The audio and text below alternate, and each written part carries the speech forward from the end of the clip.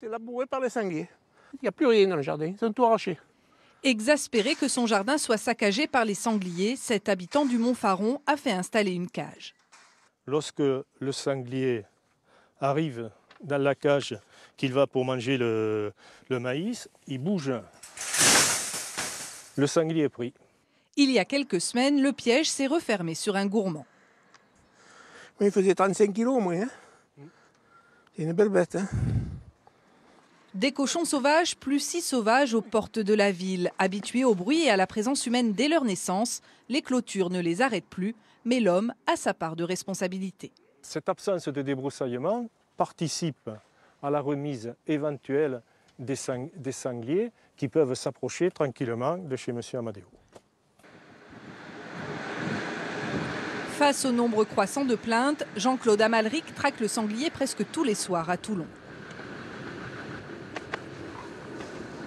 La préfecture du Var autorise 20 lieutenants de louveterie, tous bénévoles, à abattre les sangliers en dehors de la période de chasse. Doucement, Luc, là, va doucement, là. Regarde. C'est par là qu'ils passent. Là. Ils passent en dessous, les sangliers, sous la buse, et ils vont à l'endroit que je vous ai indiqué tout à l'heure. On peut tourner pendant 2 heures, 3 heures, 4 heures.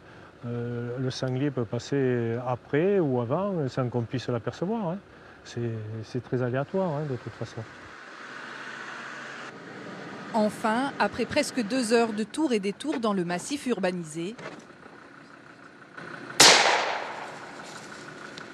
2 laits et une dizaine de marcassins ont pointé le bout de leur groin.